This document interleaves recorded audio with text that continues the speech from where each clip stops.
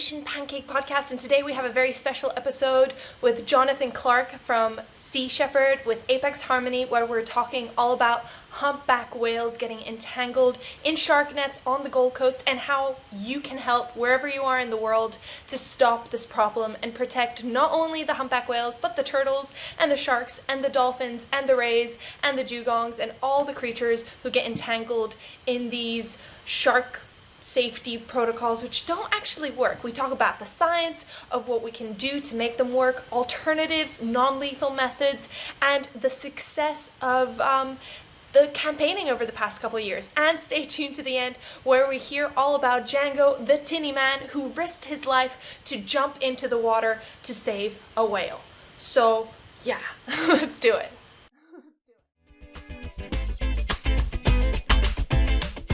Every day there's a new news story about the crisis facing our ocean, whether it's the plastic issue, overfishing, pollution. If the oceans die, we die. Fortunately, we have plenty of environmental activists, marine conservationists, and eco-warriors who are out there every day fighting to protect our oceans and our Earth. On the Ocean Pancake podcast, we're going to be hearing from some of them about how to decrease our environmental footprint, go plastic-free, participate in ocean conservation, cleanups, and even maybe some marine science. So, welcome to the Ocean Pancake podcast, where the goal is sustainability and living a turquoise life. My name is Kat Scuba, and I'm your host today. Let's get into this week's episode.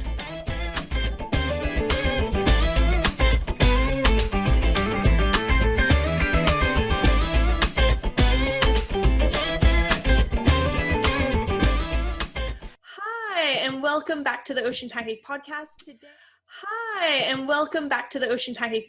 Today I have a very special guest with me, and that is Jonathan Clark. Welcome to the podcast.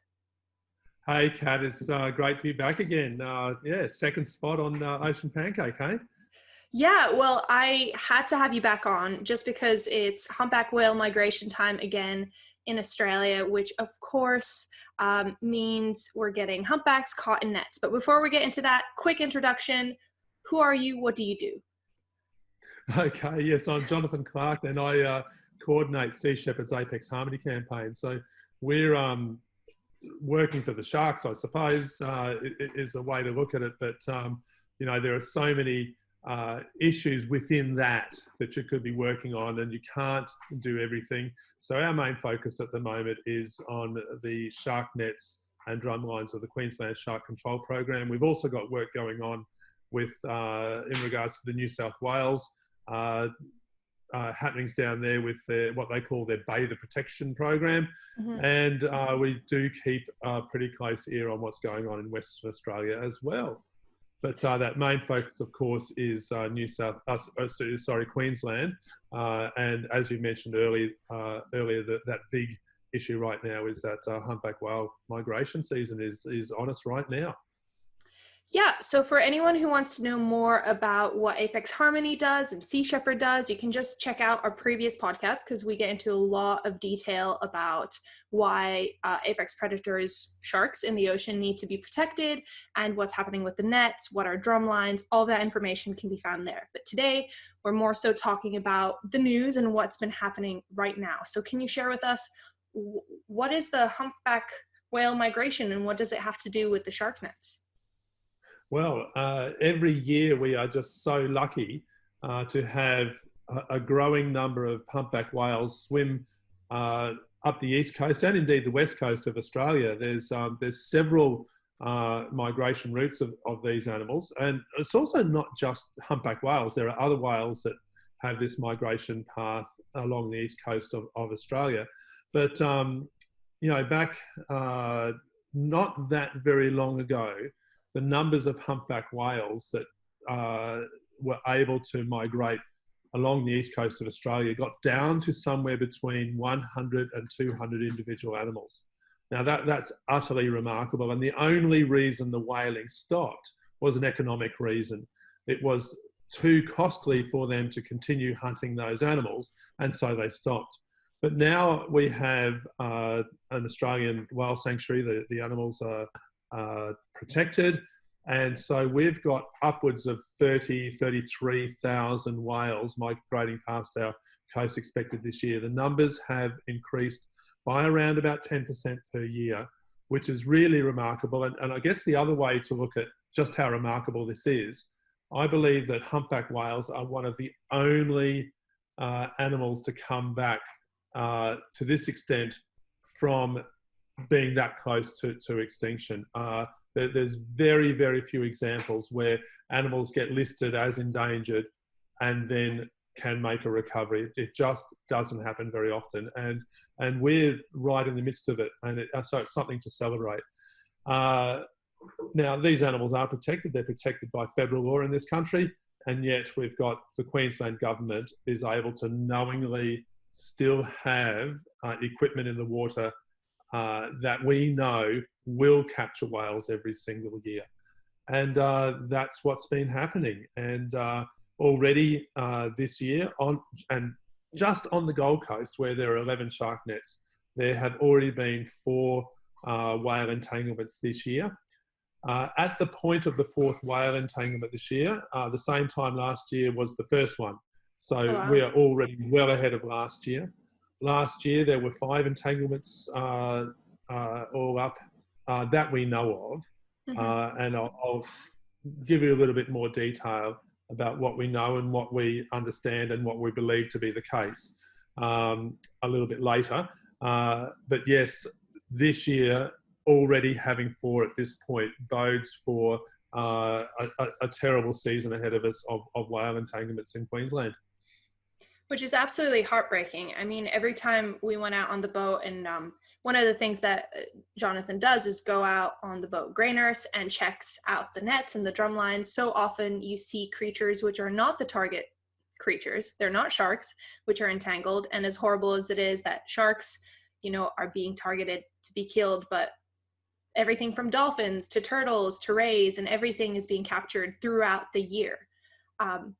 But for some reason, I think mostly because of human interest, the humpback whales, and because of their size and intelligence, this is the time during the year where people pay more attention, almost. It's one of the unfortunate things, I guess, about human nature is that we seem to care more for animals that are more like us. Mm-hmm. And look, to that end, I guess the humpback whale migration season also gives us an opportunity to draw attention to what is actually going on there. We can draw people's attention to it. We can motivate people to take action. And that's what we've been doing in this last week. But the truth is those shark nets and drum lines are put in the water supposedly on our behalf using public money to supposedly make beaches safer. They don't. We know this, and it can be, well, it cannot be demonstrated that the nets and the drum lines make beaches safer. In fact, there's plenty of logic around when you understand what they do that gives you the opposite view. But it's true. There's every single year, lots and lots of rays get caught, and there's various species of those from your cow-nosed rays to your spotted eagle rays to your mobular rays that are including manta rays. There's dolphins that get caught each and every year, and we've been watching some dreadful practices in relation to that with the contractors of late.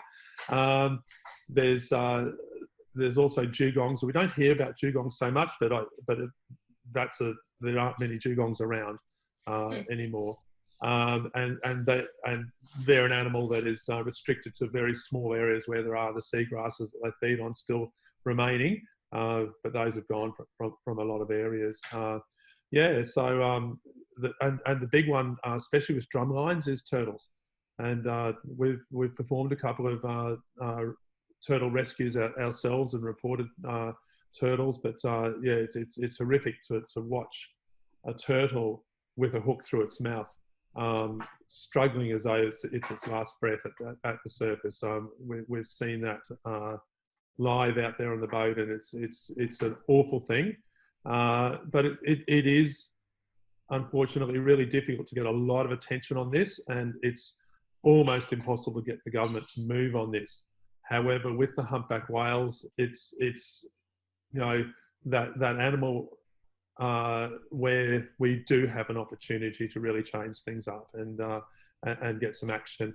And I really think that this year is going to be the year we have a major change in the Queensland Shark Control Program. I definitely hope so. I mean, whales, as you were saying, they're that icon of conservation because we have managed to, stop whaling to the point where they have managed to rebound and their numbers have increased. For anyone who is interested, there's a whole podcast just about humpback whales. Highly recommend everyone listen to that because it's all about the history of how they actually became protected.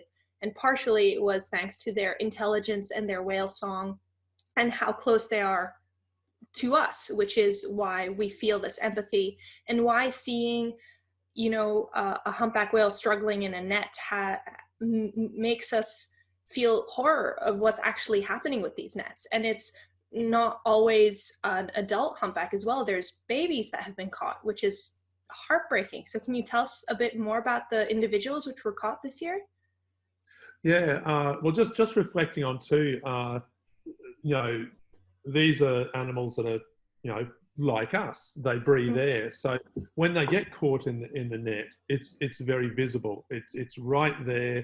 The news helicopters are able to zoom right in. They're out there every day at the moment, I believe. Oh, really? And they're looking for migaloo, to tell you the truth. And migaloo's on the way up. Migaloo being the very famous white whale that does that annual migration past our shores as well.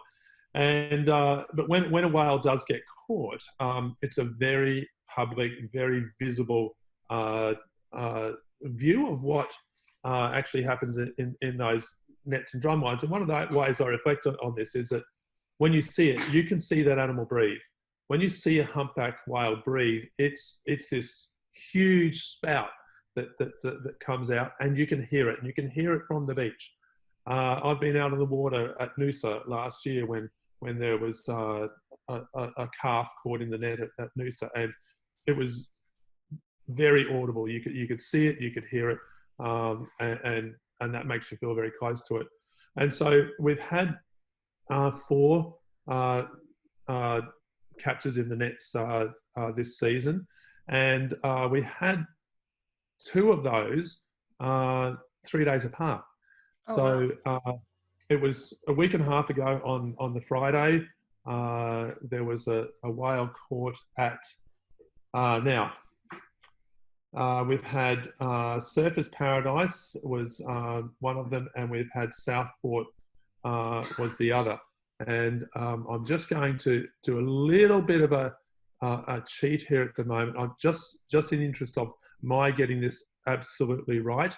I'm going to pop in. I'm going to tell you what the dates were of each of these individuals, because I've been keeping a track of this each year, because we've had disagreement with the official figures, etc.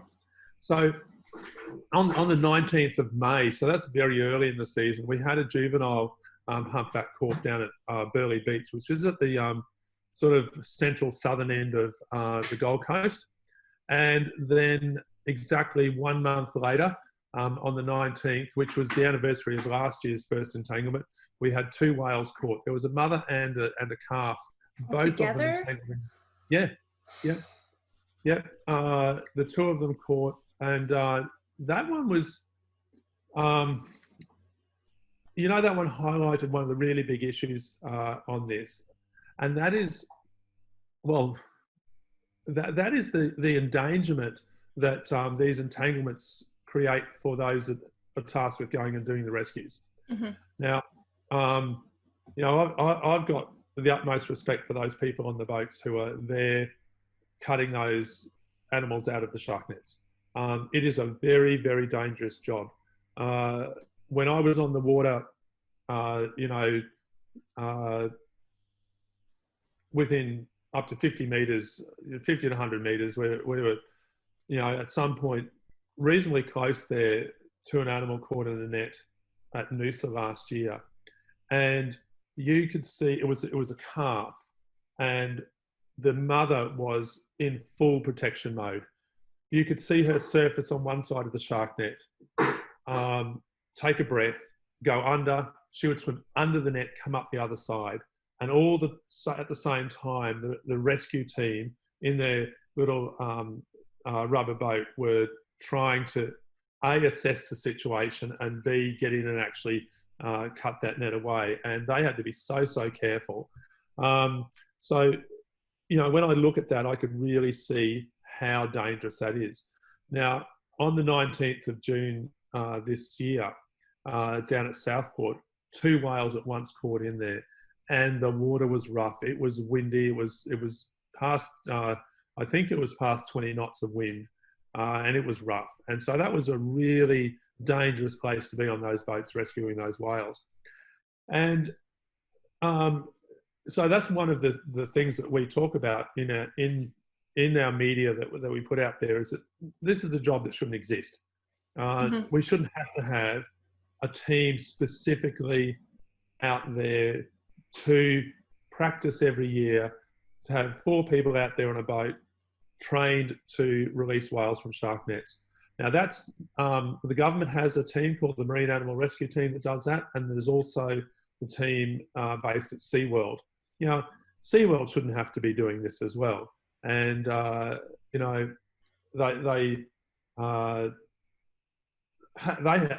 also struggle. There's political issues around this as well.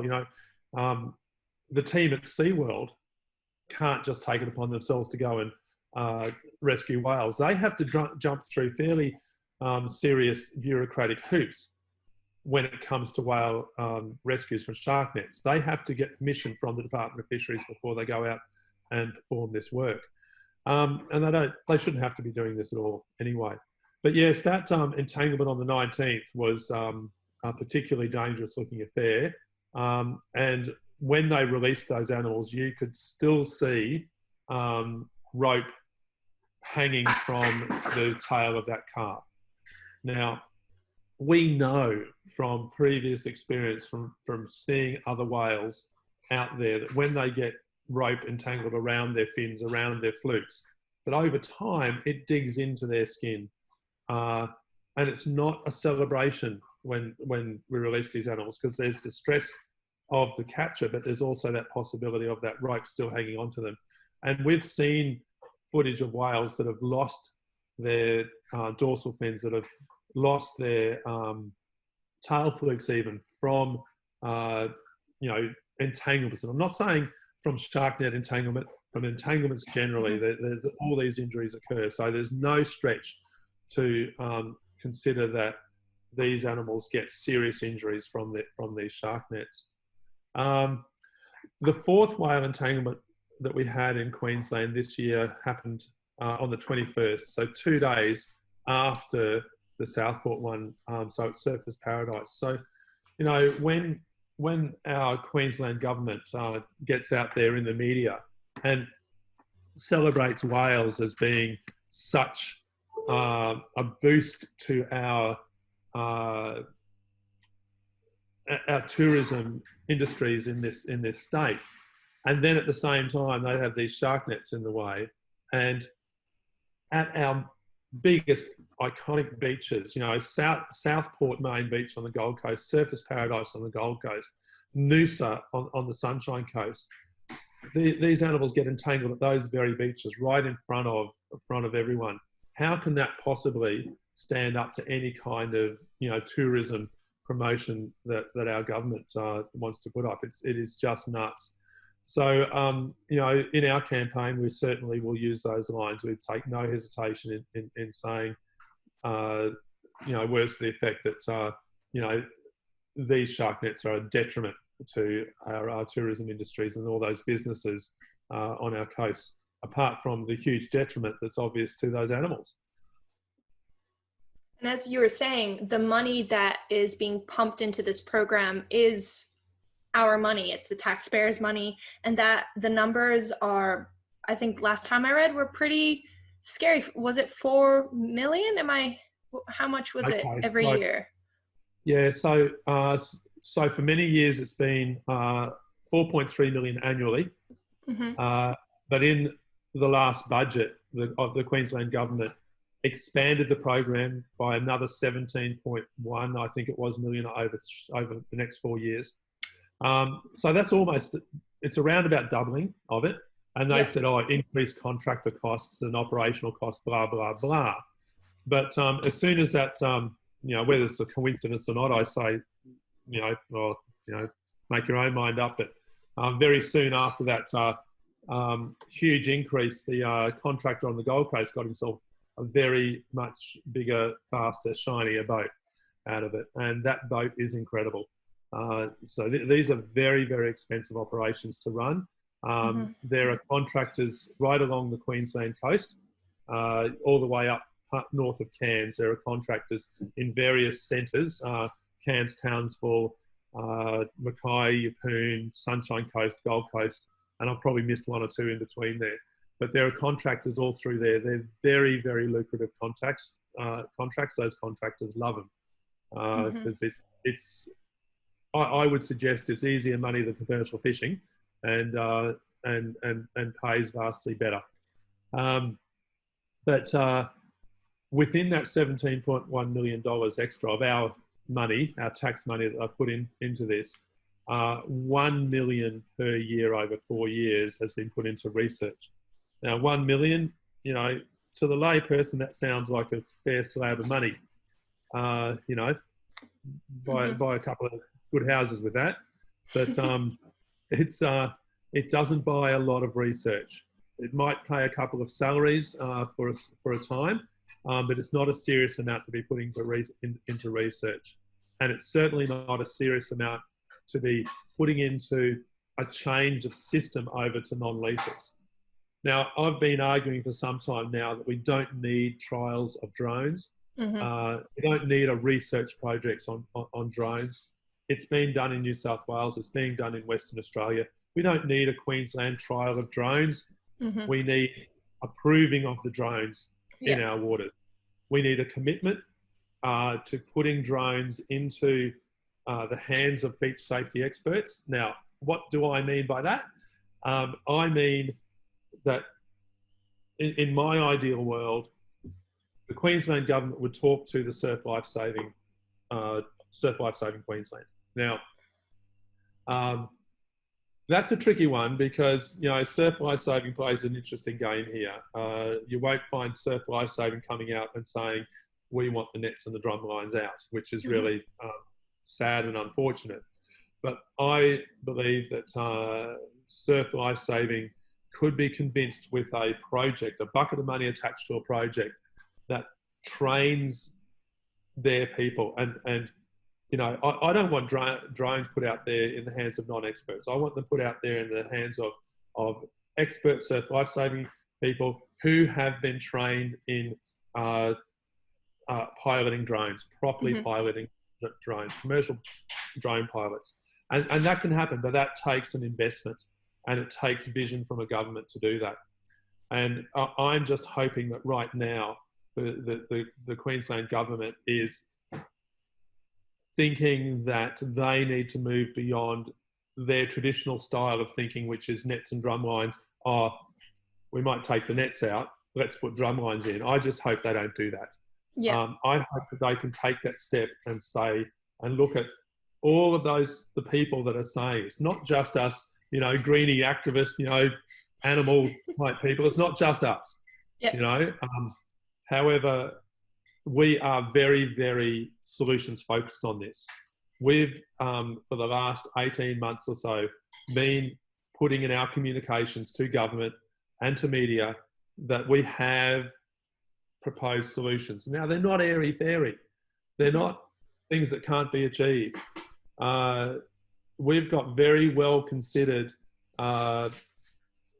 proposals around this. Now, they're not fully costed out. That's not our job.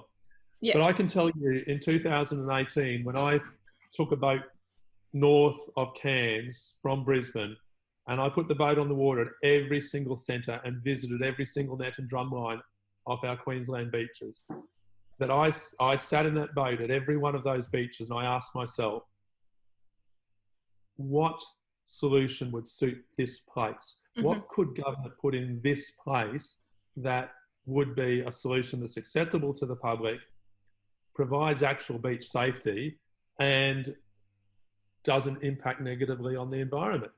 Now, I wish government would sit and ask those same fundamental questions, because they're the obvious questions. You know, I'm no rocket scientist. I'm no, you know, they to me are the basic fundamental questions on how you provide a system. And when you sit there at each of those beaches and you look at the different situations, you know that the solutions are not the same solution for every beach. A beach off Cairns doesn't have the same conditions as a beach off Sunshine Coast or the Gold Coast. In Cairns, you've got generally fairly murky water, but that water is protected by the Great Barrier Reef. It doesn't have huge waves, and it doesn't have a lot of surfers either. Yeah. So what's going to work there is something like Eco Shark Barrier, you know, an Australian invented, built, marketed product by an Australian company. What could you ask on a political basis? You know, let's create some jobs in this country and let's put Eco Shark Barrier in at Palm Beach, north of Cairns. It's the perfect place for it, because you don't need to put it in every single beach. You just need to make, you know, one beach, that centre one, find the biggest one, the one that's got the biggest tourist infrastructure there, the one that's got the most coffee shops. You know, Palm Whatever Cove, works. beautiful. It would work. It would work. In Cairns, people don't really swim anyway. I mean, they're due to the jellyfish and the crocs. Like they have their whole different set of issues. They're not. When I was in Cairns, I wasn't even thinking about sharks. Like, it's no.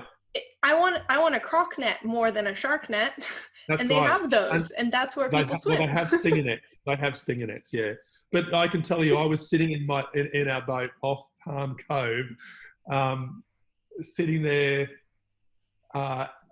preparing ourselves to go and check all of the. I think it's either 12. I think it's 12 or 14 drum lines off Palm Cove, off that beach there.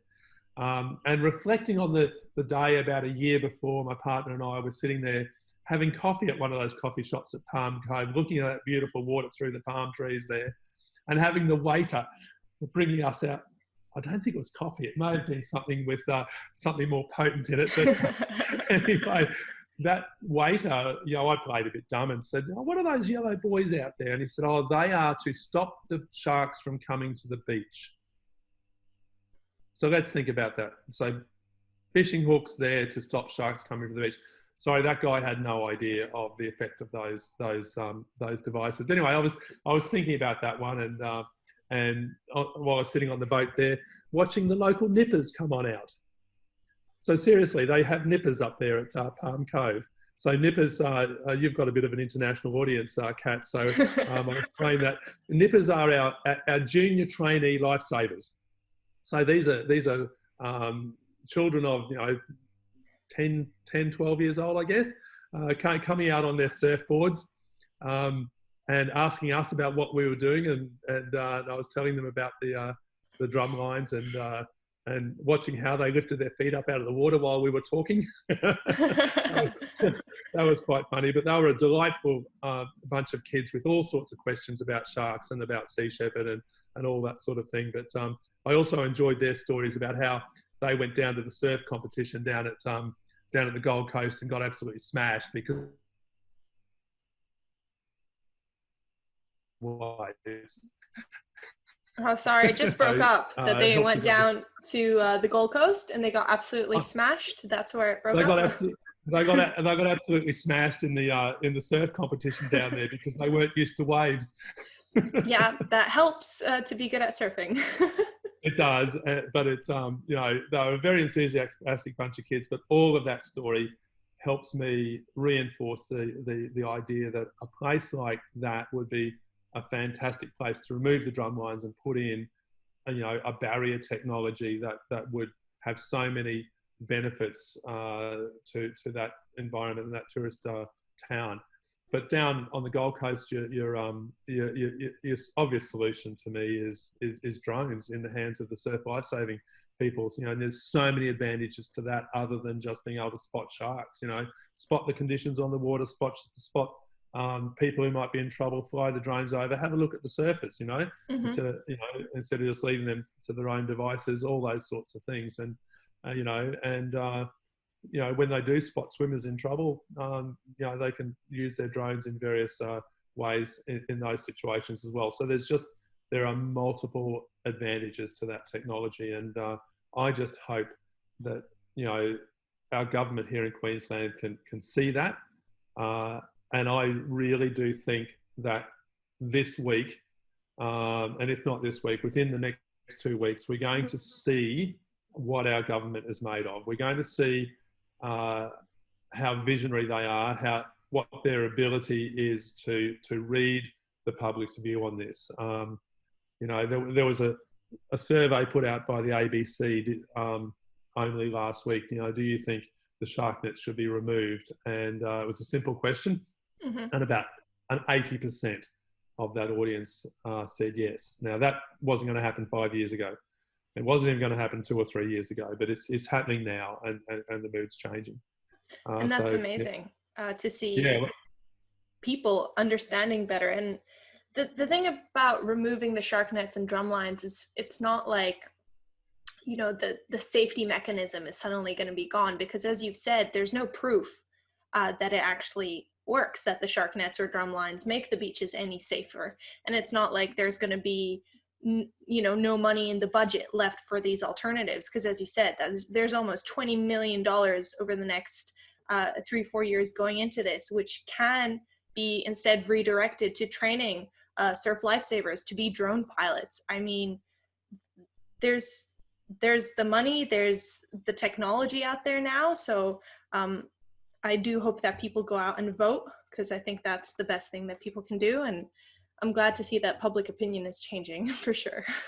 Oh, definitely. And look, I think money invested in people's skills Mm-hmm. is far better investment than in cutting equipment and fancy boats.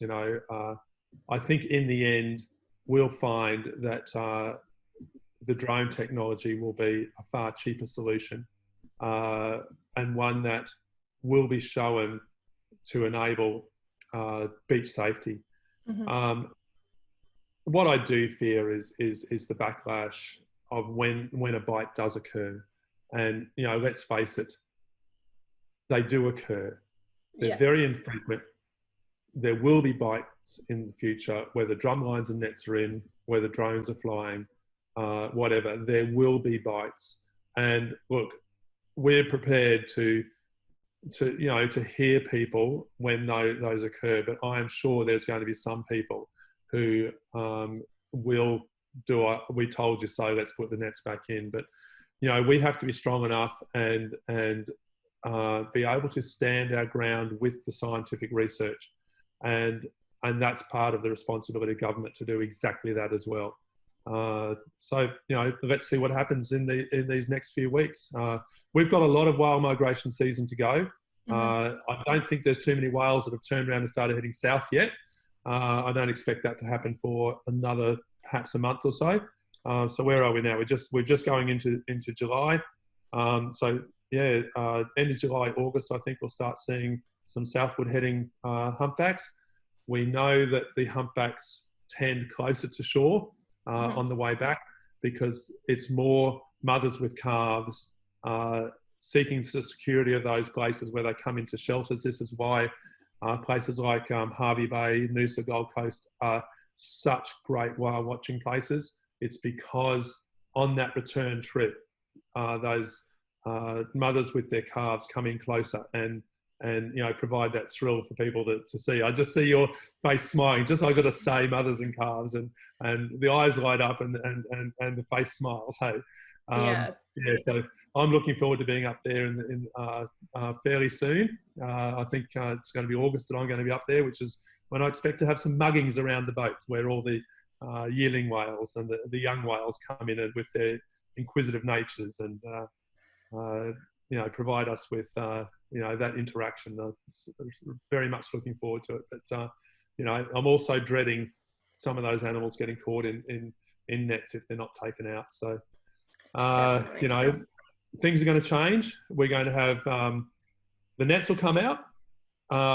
Hopefully, we'll head off at the pass the idea of putting drum lines in, and we're starting a domino. And that domino will have the nets out. It'll have all the other lethal methods out, and we'll be turning Queensland into a progressive state over this next year. There's my vision and my hope. Well, I'm glad to see that, you know, there is positive thinking, and we are having a lot of positive kind of response from the general public. And I feel the media as well, in a way, has been on the side of getting the nets out, as you were saying. You know, they did 100%. that poll. Even the media that has traditionally run those you know, big scary lurking shark stories with the, you know, those stereotypical white shark photographs on the front of their newspapers, and let's say that they are newspapers that sit right in the tourist hotspots in Queensland, they're coming around. You know, they're publishing this. Hang on. Yes, same newspaper.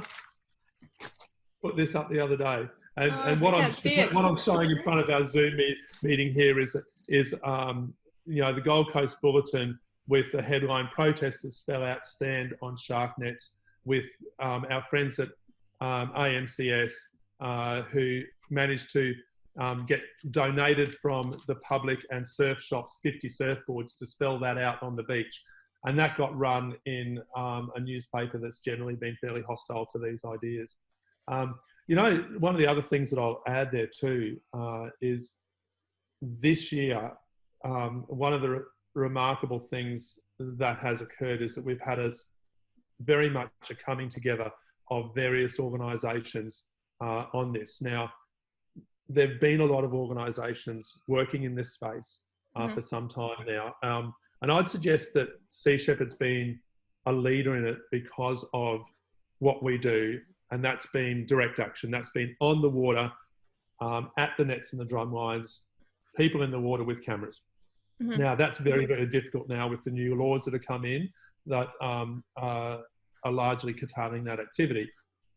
But Sea Shepherd's been the organisation to do that. The Humane Society International did that marvellous thing last year where they won the court case against the Queensland government, and they got a change in the Great Barrier Reef Marine Park. Now, we're having to monitor that situation. In fact, I'm going to be doing some monitoring of that situation. I won't tell you too much about that here publicly, but you know, at the moment, we've had that marvellous win that HSI and with the help of AMCS have had that major court action and won the case. But largely at the moment, there's very much an aspect of business as usual by the contractors up there, because we know that the vast majority of those animals that have been caught on those drum lines are still being killed.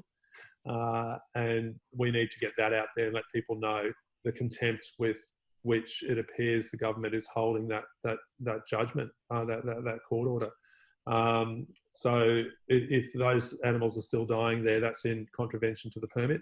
And, you know, unfortunately, it takes groups like ours to do this. So, you know, Sea Shepherd, AMCS, HSI, and a bunch of other organisations and individuals are working together on this. And, you know, we've really got our act together this year, and we're working together.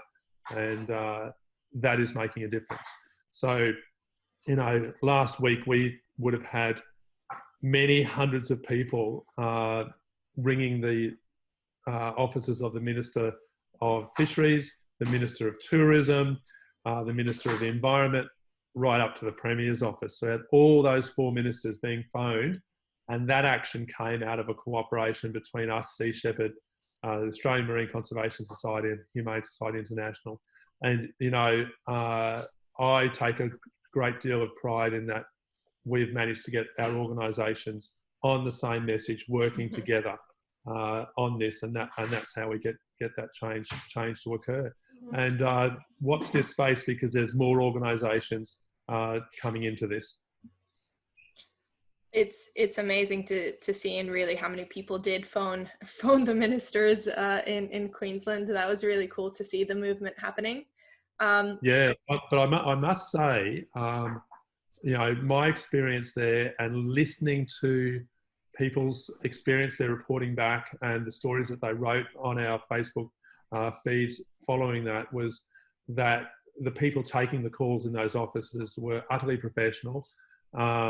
They would have been having a pretty hard couple of days last Thursday and Friday, but they were pleasant. They took people's details. They promised to get those messages through.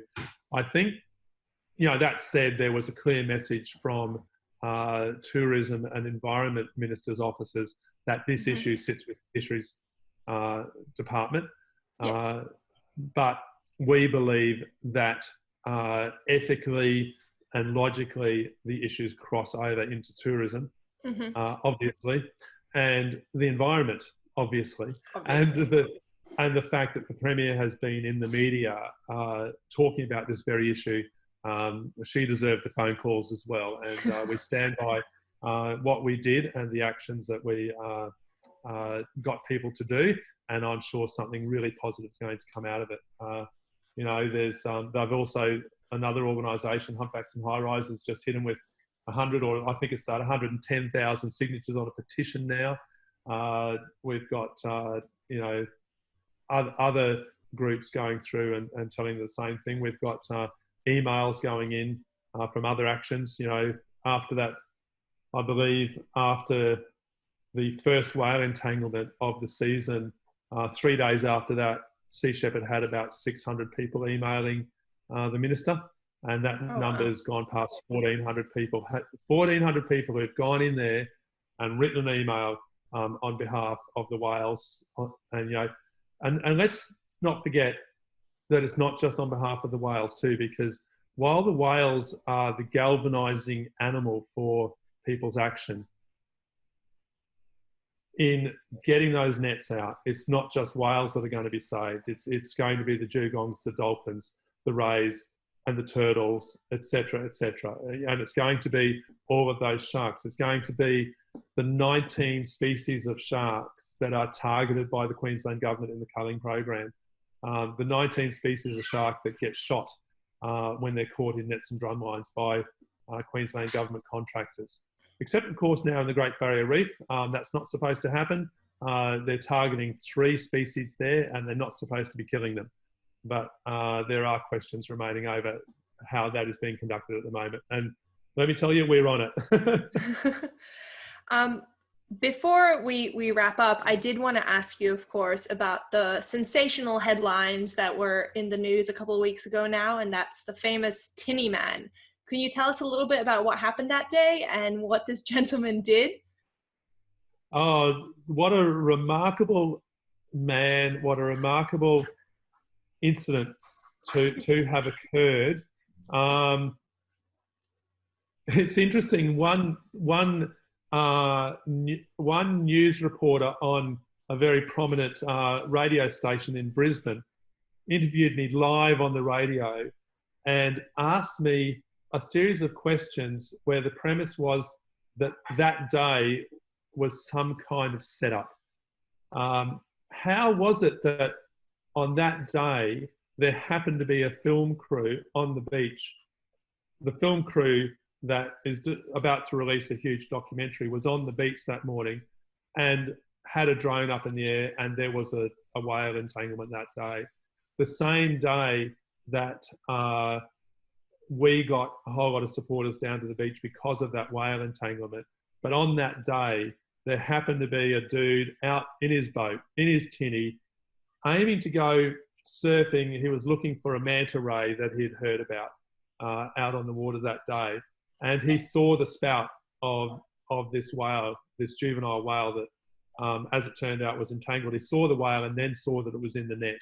And he looked around and saw no one on the water.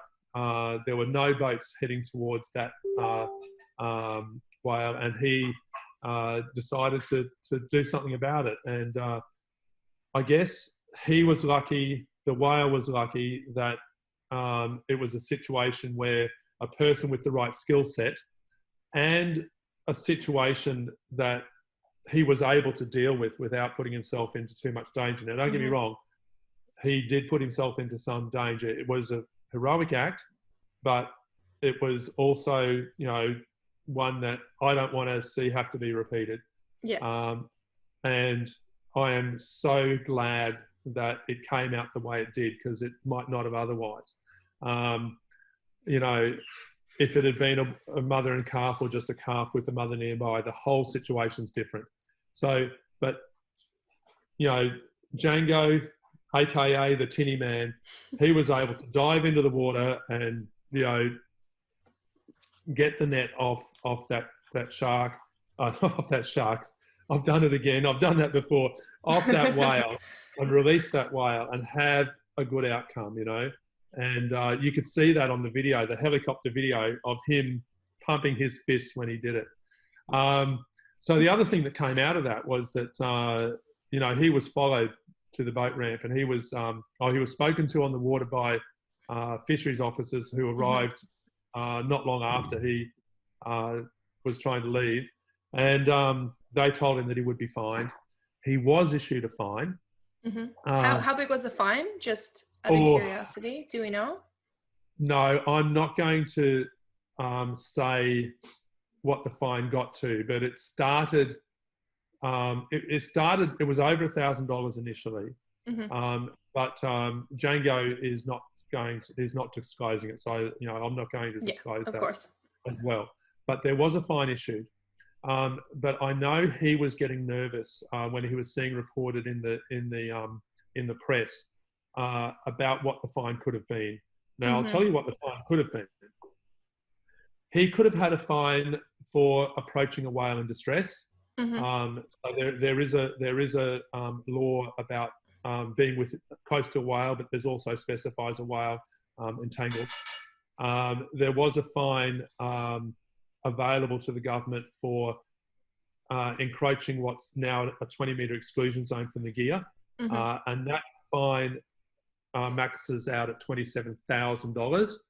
And there is another fine. Now, Queensland's unusual. Queensland stands out on this one in this country, because in New South Wales, the equivalent fine is $22,000.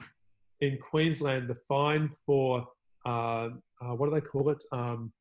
Interference with shark control program equipment, with a shark net or a drum line. Interference can max out at $67,000+. Now, that's completely ambit. That's just a ridiculous amount. But when Django was hearing these stories, he was starting to get a bit nervous. And there was a couple on the Gold Coast who run a business on the Gold Coast, saw the stories about what Django did, and saw the possibility of him having a fine that might have reached $20,000. They decided to launch an appeal to have that fine and his court action covered should it come to that. And they put that appeal out. But they were also, they foresaw that the fine might get withdrawn. And so when they put that out through GoFundMe, they said any unspent funds we'll put into marine conservation research. We'll find a group to do that. And the fine was withdrawn by fisheries. I think they decided the publicity might eat them if they issued a fine on this one. It's interesting, their press release following that said that Tinny Man, Django, was lucky because he had no previous convictions and all that sort of thing. So, yeah. Let's see how that plays out when they give it to somebody else a fine. But let's hope it doesn't come to that. But we, the Apex Harmony campaign, were very, very fortunate in this, because that fundraising raised over $16,000, and we were invited to accept that fundraising for the campaign and for Sea Shepherd. And there was another campaign by another group that I think it was in the order of $6,000 or $7,000 was raised, and that was distributed to AMCS and HCI. So that's my understanding. Yeah. So other groups. So there was some great benefit that rolled out into this. So I wonder how that plays in the offices of the Minister for Fisheries as well. But we're certainly already using those funds to help us in this campaign to remove those shark nets. So that's been good for us and been good for the campaign, which will be good for the whales and the sharks and all the other animals. Definitely. But as you were saying earlier, this job shouldn't exist of having people specialized to save the humpback whales. Django shouldn't have been in the position where he had to put his life at risk, because for anyone who hasn't swam with a humpback whale, as beautiful and intelligent and fantastic as they are so intelligent that they can feel threatened by us. And if they feel threatened, they can most certainly defend themselves. And big humpback whale, little human. The odds of who gets hurt in that interaction are pretty clear. Or I think the scenario where a humpback mother is protecting her calf, as definitely any animal species, as a lot of animal species do, and humans can certainly relate to that. That situation where she's going to be defending, because they're not going, as intelligent they are, encountering humans and shark nets is not in their natural experience and world. And so it's a highly stressful and unpredictable environment. And, those pectoral fins of an adult humpback whale, they exceed a ton, as I understand it, in weight. And, there has been documented case of a rescuer in the United States who lost his life rescuing a humpback whale from a net. Just an unfortunate, it wasn't an attack or anything like that. It was just a whale rolled over after being rescued, and collected this man with his fin, as I understand from the reading I've done. And it's just an unfortunate incident, but it does highlight the risk, and it's a very serious risk. So those jobs shouldn't exist. So we'd like to see that job description go, and some new ones made. And some new ones made. New ones made managing non-lethal mitigation equipment like barriers, drones, and other technologies that are coming through, for sure. And for anyone listening right now, whether they're international or local here in Australia, what can they do? What is happening right now that they can jump on board and support this Remove the Shark Net campaign? What's happening now? It's a political campaign, whether we like it or not, because this system that endangers so many animals on our coast in the name of our tourist industry. This system is funded by government. Government does it on our behalf, so it's political. So we urge people to keep on making contact, whether it's a phone call to the Minister for Fisheries, because it's a fisheries minister. The line I drop on this one is, shark nets and drum lines are the beach safety program you get when you put fishers in charge of that program. All they can think of is culling. So we need that message put clearly to those people, that this is an issue for people, and people can use their own words and ideas about this, because people have different views and reasons on this, to voice their opinion against it, and voice their opinion for something more reasonable. So people can contact the Minister for Fisheries, because the fisheries is in Queensland, so it's a Queensland government. It's really easy to go on and find the Queensland Parliament website, where you can look up the members of the Queensland government, find the contact for the Minister for Fisheries, the email and the phone numbers there. The Minister for Tourism, because this does cross into the tourism area, and the Minister for Tourism has been in the media talking about this very issue. And there's the Minister for Environment, who we'd much prefer be in charge of this beach safety program, because we think if the Minister for Environment and Science, it's all rolling together, were in charge of it, we'd have a much more reasonable system in place. And of course, much more scientifically based system, maybe? 100%, absolutely, yeah. So there's those four ministers, but let's not forget too that if you're a Queenslander if you live in this state of Queensland, one of the people that you can contact and should contact about this is your local member of parliament, because they vote on these issues and they need educating on these issues. And, you know, these people have to be across so many issues as our representatives in parliament. They won't necessarily know the intricacies of these programs. And so we may have members there, and I'm sure we do, who truly believe that nets and drumlines make beaches safer. They need to be educated, and they need to have the members of the public feed their opinions to them. We've tried to make it really easy for people. So via our Facebook page and on our Apex Harmony webpage, which is accessible through the Sea Shepherd Australia website, find us through there. We have an action button on there which sends an email directly to the Minister for Fisheries. And we've set it up so it's really easy for people to just send it.